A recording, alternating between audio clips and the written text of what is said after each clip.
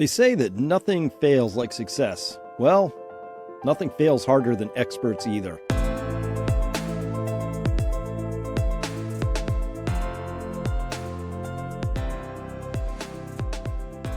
Hello, everyone. I am Dr. Chris Martins, and today we're going to continue our conversation about the common knowledge game and experts and how badly they have comprehensively failed us all. I'm doing this because I want you to understand that the era of trust is over. We just can't trust people to do their jobs anymore, particularly so-called experts. We're going to carry on the conversation, common knowledge and expert failures. Remember, we've been talking about common knowledge, which is when everybody knows that everybody knows something. Then it pops into common knowledge, and that's when you get really fast changes. Things can really get moving again. I want things to get moving. Let's rip this Band-Aid off. We can tell this junket is headed down into a whirlpool of shame and failure, so why wait? Why pretend? We already have too many issues going on, and the longer we wait, the fewer our options become. We'll be economically bankrupt as a nation. We'll have already been invaded by migrants. We will already have sickened ourselves beyond repair in many cases. Let's stop this, okay? Now, remember, this is the narcissist prayer. This is what we are stuck in, and this is what I want you to be aware of. For a lot of the people in so-called positions of authority got those positions because they wanted to be in positions of authority, and that's because they are narcissists. We raise a lot of damaged people in our culture, and many of them gravitate and grow up into positions of power because that's what they crave. Like you crave sunshine and love and food. These people crave power, and they get to these positions of authority, and then they wield it in really awful ways. Yeah, I'm talking about you, Justin Trudeau, and Chrystia Freeland in Canada. I'm talking about virtually everybody, Rochelle Walensky, Fauci, you name it. Most of the people in Congress, senators, they are attracted to power, and they will do anything to keep the power. And so they live by the narcissist prayer, which is, hey, it didn't happen. And if it did, it wasn't that bad. And if it was, it wasn't a big deal. But if it is, it's not my fault. And if it was, I didn't mean it. And if I did, you deserved it. Many of us know this prayer from family members, right? It's a pretty common thing to come by. So Thomas Sowell, of course, is the quote machine of the century, and I love his quote on so-called experts. He says there's usually only a limited amount of damage that can be done by dull or stupid people. For creating a truly monumental disaster, you need people with high IQs who went to the best colleges and universities. Thank you for that one, Thomas. Hello, everyone. I am Chris Martinson of Peak Prosperity, and my question for you is making sense of the global scene a challenge for you? Are you too busy, maybe, to keep up with all the updates? Well, I have some good news. I offer 120 scouting reports every year to my subscribers, just like the one in this very clip. Save time, stay sharp, all for less than $1 a day. I love that quote, and we're going to be exploring that today. This just came out in February in the Daily Mail under wellness, and the headline here is high fructose corn syrup is just as healthy as honey, says social media's favorite doctor, dispelling common myth. There she is, presumably. Yeah. No, high fructose corn syrup is a complete metabolic disaster. There's plenty of studies on that, and of course, all you'd have to do is really look at photos of people from the 60s and 70s on the beach compared to today to realize something has gone wrong. This would be an expert you really wouldn't want to be getting any more advice from. But of course, this expert, or at least a favorite doctor, social media doctor, whatever that means, is probably on the payroll, knows which side of the bread is buttered, does what she needs to do in order to continue doing what she does, which is dispensing really awful, terrible, bad advice, but doesn't get any worse than this. Professor Bill McGuire, learning about the power of tweets, had to take this one down, but not before it got screen capped by a bunch of folks. And he said here, quote, if I am brutally honest, and by the way, this is me quoting somebody else. This is how bad this quote is. Make sure we're clear on this. Quote, if I am brutally honest, the only realistic way I see emissions falling as fast as they need to avoid catastrophic climate breakdown is the culling of the human population by a pandemic with a very high fatality rate. That came out on May 11th, 2024, not 1934. But so a lot of things wrapped up in this. The experts are convinced that climate change is this big thing. Now, they haven't really made their case to me yet. I've heard the stories, right? So here's how it goes. They go, look, if climate gets past 1.5 degrees, then it's lights out. It's game over. And I'm just over here going, well, what happens if climate goes to 1.5 degrees? Spell it out. Like, what happens? It's warmer. Okay. Then what?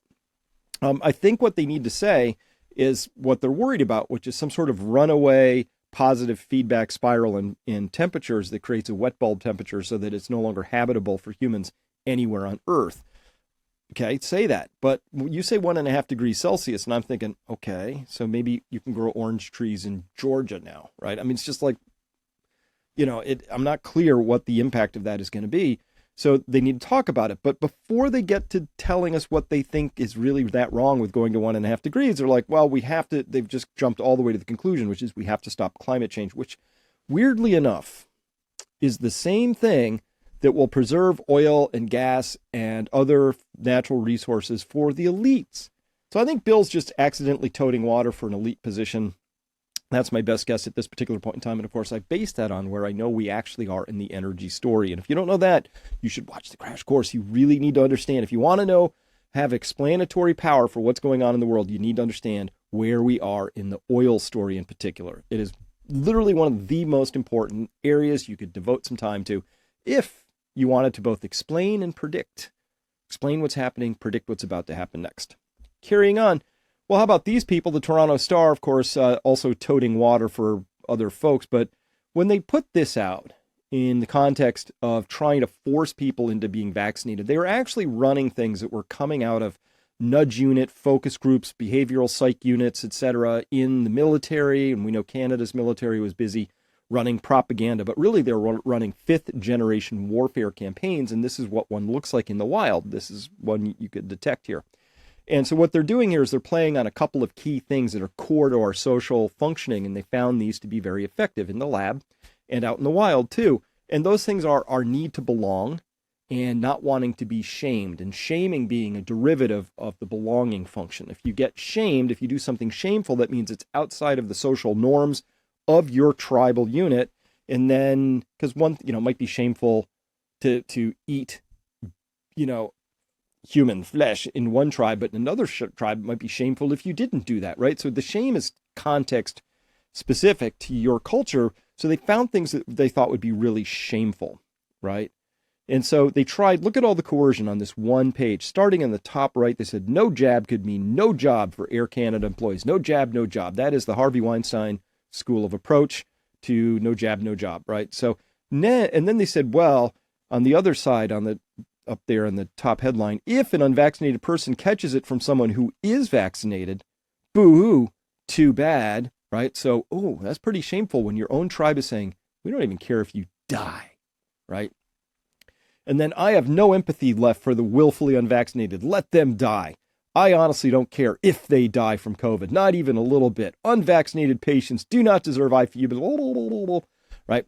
So by putting out all this emotionally evocative stuff and making it seem like there's the diseased vermin humans, the unvaccinated, and then there's all these other people who are good, righteous folks who are doing the right thing for everybody, without ever squaring up that really awkward circle, which is, if your jabs worked, then why would you care if somebody was unvaccinated? How does an unvaccinated person put a vaccinated person at risk if your vaccines work? They never actually explain that. And of course, you'd have to be a moron to buy that logic and not examine it. But they just rushed it and bum rushed it. By the way, remember this? Remember we had those fake pictures of people dropping in the street in China caused mass panic about the virus, but somehow live pictures of fit young athletes dropping on sports fields after the vax are nothing to worry about, apparently.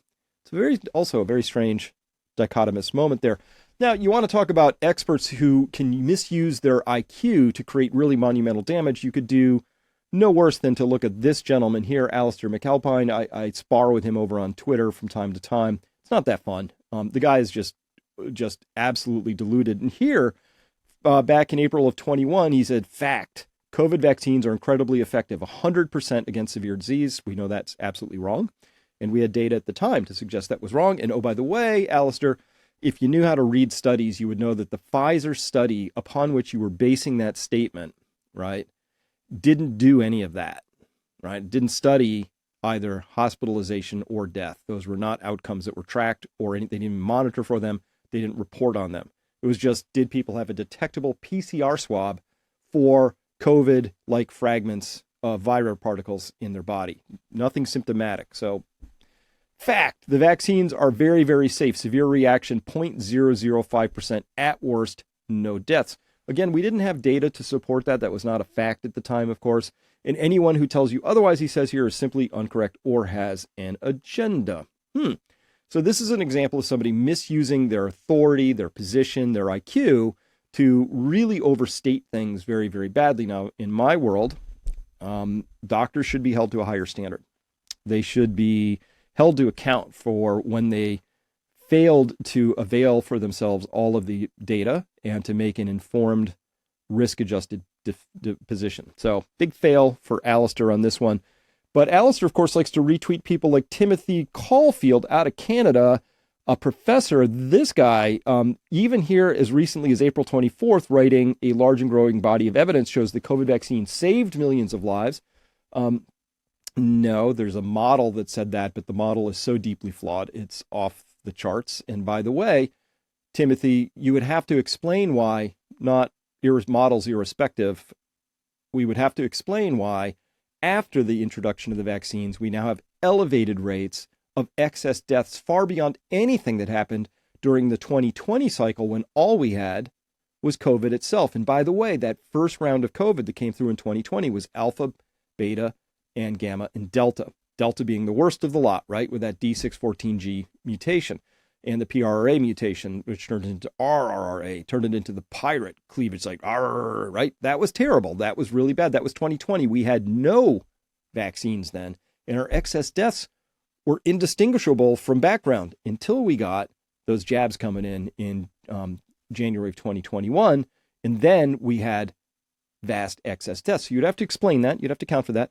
So he said saved millions of lives, reduced hospitalization rates, unclear. Even the CDC says they weren't collecting the data, so we don't really know. Improved pregnancy outcomes. That is absolutely wrong. And look at what he's citing examples of studies. The Lancet, CIDRAP, NCBI, JAMA. This is like the worst of the worst. This is the rogues gallery. He's like, look, we convened a bunch of psychopaths and now we're going to cite them all, right? Those are such captured, awful, like complete trust lost. If you really want experts to do a lot of damage with their IQ, those are the links down there. Click on through, see how bad things can go off the rail right there and all those links down there. Reduced severity and incidence of long COVID. Actually, long COVID is probably long vaccine injury now. So it might have actually increased that. Reduced burden on healthcare systems and saved billions of dollars, etc. Absolutely, this is just fraudulently bad, totally fictitiously bad. But why would somebody like Tim Caulfield be saying all this? Why would somebody say something like this? What kind of reasons could there be? Oh, was he paid $380,000 to combat COVID-19 misinformation, Professor Timothy Caulfield? Oh, well, he was here to combat misinformation and conspiracy theories surrounding COVID-19. University of Alberta received $381,788 in grant money from the Canadian Institute of Health Research. So he's pushing an agenda and getting paid for it. That's what this is. This is a paid tweet. It ought to have like an ad on it or something like that. So when it comes to people like these experts doing a lot of damage with their misguided misinformation, flat out lying, all of that stuff, we have to ask, what could it be? What could it be? In Timothy's case, was it rule 1 at play? Upton Sinclair famously said it is difficult to get a man to understand something when his job depends on not understanding it. Is it rule 1? Could be. Or is it rule 2? Elisa Valdez here writes that, quote, I just heard a podcast in which Dr. Ramani Durvasula, one of the world's foremost experts in narcissists, sociopaths, and psychopaths, said the medical profession is full of these folks. It's a perfect shield for them, she said. They get complete control and social status. So I'm going to go with rule 2 for this doctor, Cleven, MD, if it is even a real doctor. You never know on Twitter. Naples, Florida. Let them die. I'm so tired of these people. No vaccines for y'all. writing that in 2021 when there was this big giant push, and it was a psyop, and it was using the latest and greatest in fifth generation warfare nudge unit and behavioral unit outputs in order to get people to do a certain thing. And this is fit. So I don't know if this is Cleveland was authentically picking this up because he was misguided by other fifth generation warfare that he fell for, or if this is part of the paid propaganda army that was out there. It's hard to tell these days. We don't know. But it's just important to understand that is the landscape that we were in and around. And by the way, this would be the last part of this series out here. In public, doctors issue warning as one of the most deadly cancers is on the rise in the UK. And they say climate change is playing a role in the increase. More experts. Beware the experts. There's nothing quite like expert failure. We are surrounded by expert failure. And I'm going to continue that story on. For my subscribers back at Peak Prosperity, we're going to be going on with this. There is nothing that is going to fail harder than this. It's really astonishing, and I've got a bunch of other news. This is a scouting report, and I produce these at least 3 times a week back at Peak Prosperity, usually Monday, Tuesday, Wednesday, and then on Thursday, I've got a Finance University piece that goes up discussing the economy, and then Friday is my big 2-part piece where I'm looking at something in depth. This last Friday, we were looking at, and I sent out an alert actually around these the solar ejections that were coming. It was a great exercise for people who wanted to understand where they really were in terms of their preparation and being resilient and all of that. So that's what I do at Peak Prosperity. If you like knowing what's going on, I will give you the honest truth as best I know it. When I'm wrong, I'll let you know, and I will amend my point of view. But the most important thing we do is we provide the framing. A lot of noise out there right now. It's meant to divide us and distract us. If you understand the frame of what they're doing and why, then this stuff just becomes noise that's interesting, but it doesn't have to capture you and consume you. All right, with that, I'm going to turn now. For all my Peak Prosperity subscribers, come on back. We got to carry on this conversation a little further.